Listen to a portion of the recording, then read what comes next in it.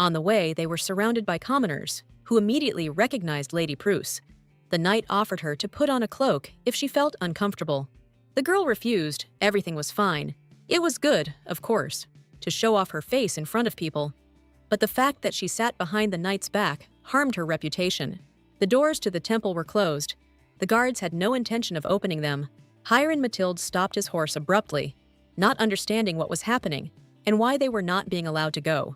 Lady Prusse appeared from behind him. The gates opened immediately, and it turned out that the guards did not recognize the guest the first time. Elsie was lucky with her hair. This hair color proved her status. The only time they secretly left the palace with the prince was when there was a big fuss about their faces being revealed. After that, they could no longer leave the palace with the crown prince under cover. However, at such moments it was very convenient. Before Lady Prusse became the heroine of prophecy and the crown princess involved in politics, the temple and the imperial palace were in serious conflict. After taking the princess to the temple, Hiram was going to go and carry out the lady's errand, and if she needed anything, she could turn to any of the other knights. The priest bowed before the girl, saying that they were glad to see her and had been expecting her arrival. Initially, the temple was snow-white, clean, without a single decoration. All the changes were made by Azrael. The temple was truly beautiful, all by his grace. Elsie Prusse bowed before His Holiness, saying that she had come at the call of heaven. The princess did not want to observe any formalities, since she was already acquainted with the head of the temple, and she did not want to play some incomprehensible game. Azrael agreed, so they got straight to the point, asking the girl if she had anything to tell him. Elsie Prusse was very curious as to why the head of the church had spread such rumors about her. With a sly smile on his face, he asked if she didn't like the way everyone treated her. The rumor that the high priest had set his sights on the princess must have made the imperial family very nervous. Couldn't Elsie have been so upset about it? At the same time, her honor was also restored. The princess understood that if Azrael caught her now, everything would be over. The head of the church told Elsie that she need not worry because he was doing all this for her. The girl was outraged by such an act. He did not care about her opinion. She did not like such one-sided actions, despite the fact that it was his idea. But the fact that he did it without her knowledge angered the princess. Azrael was very curious as to how it was possible that such a lady lived as the emperor's puppet. The girl didn't behave the way the high priest wanted, so was that why he said all this on purpose? The princess stood up and warned that if their conversation continued in the same spirit, she would simply leave. Azrael placed his hand on the princess's hand, and again, with the same sarcasm, asked where she was rushing to in such a hurry. Lady Prusse understood perfectly well that just as she needed him, he needed her too, in which case she could be more generous. She suggested leaving useless conversations and getting down to the main thing. Since the girl herself suggested getting to the main point, Azrael was not going to rant and asked directly if she had thought about becoming his. Whether there is divine power or not, the very fact of the existence of the saint had great symbolic meaning. Like the head of the church, the saint shows her face only at important events. Elsie clarified, by offering her to become his. He meant for her to become a temple person, or she had misunderstood everything. The head of the church confirmed her assumption. At that moment, the girl seemed to fall into the ground, which meant the rumor was not just a rumor. In any case, for the vast majority of aristocrats in the empire, marriage was a kind of deal, a deal in which the other side is looked at, calculated, and studied. With a smile on her face, Elsie asked Azrael what he would do if he was refused. The head of the church did not believe that the princess could really answer like that. She had options, but it seemed that in this situation, the high priest had taken the initiative. When the enemy took the initiative, it was necessary to hide one's weaknesses even better. Elsie Prusse decided to ask again if His Holiness understood the meaning of the appointment to the place of sainthood. Azrael asked with a smirk, how could it be that he didn't know that? The princess asked him because she thought the high priest was missing the significance of this act. The position of saint had hitherto been an unofficial position, always vacant unless something truly important happened. His Holiness was now about to install the crown prince's former fiancé in that position. Azrael warned the princess that if this were to happen, she would have to bend the knee to her ex-fiancé. Miss Lawrence will follow the path that the princess paved with her own efforts and time. Also before the crown prince, who, afraid of the change in the oracle, broke off the marriage agreement with Elsie. In that case, Lady Prusse will have to bow her head. If she accepts the offer of the head of the church, then she will have the status that does not require her to bend the knee to the crown prince who used her. Asriel could give the girl something like that, believing that it should be enough for her. From all this, the princess asked what the high priest would receive in this case. What benefit would it bring him? There are more people who want the position of partner of the head of the church than those who want the position of empress. Even the emperor couldn't help but be wary of this position, and the person holding this status didn't have to perform duties as an emperor or empress. So for Elsie, this was the best option. Perhaps even turning the entire empire upside down, or even looking in other countries. It would be difficult to find such a partner. For Elsie, this was obvious. The current head of the church didn't seem incompetent. So what did he want to achieve by making the princess his partner? Asriel didn't understand why the princess thought he wouldn't get anything when he would get the main prize, Elsie Pruss. The girl didn't understand what was good about him getting her.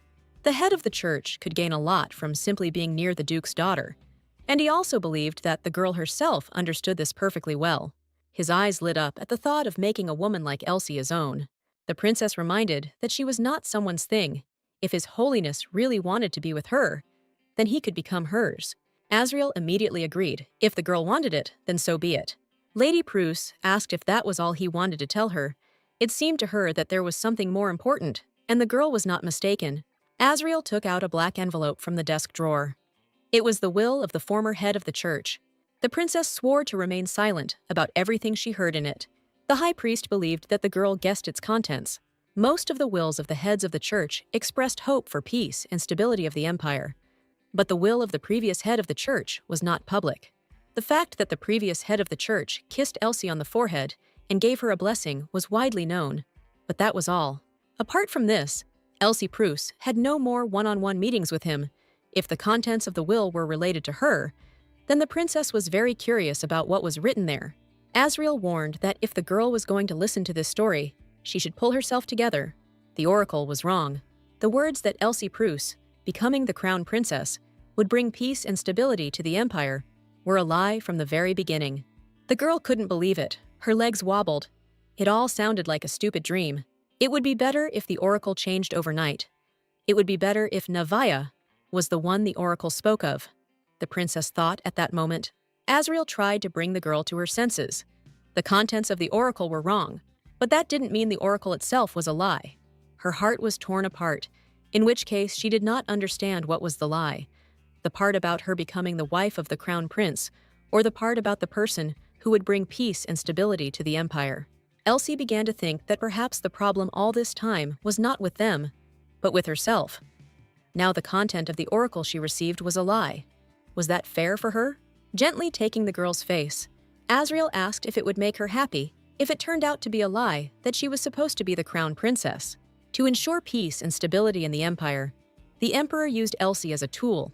The princess did not believe it. She began to scream that no one had used her. The head of the church tried to open her eyes to all this. Did the girl really think so? She was locked in the imperial palace and was not allowed to leave. Even if this was not the path Elsie was supposed to take, she was forced to follow it. An emperor who cruelly demanded to exceed his capabilities. If that is not use, then what is? It seems that His Holiness did not understand the princess. Such were all aristocrats. Even if it was not the road Elsie was meant to take, many aristocrats would have sold themselves to take it. One thing was clear.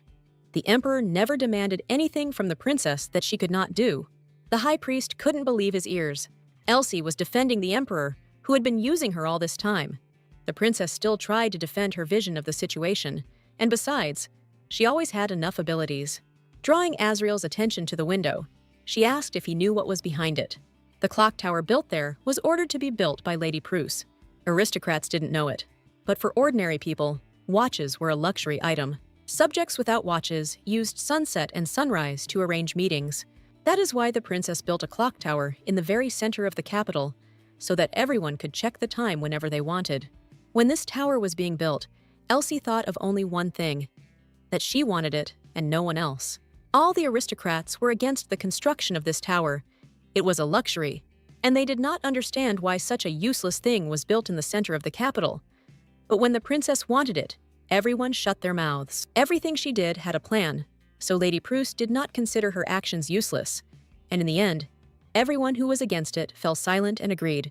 This meant only one thing.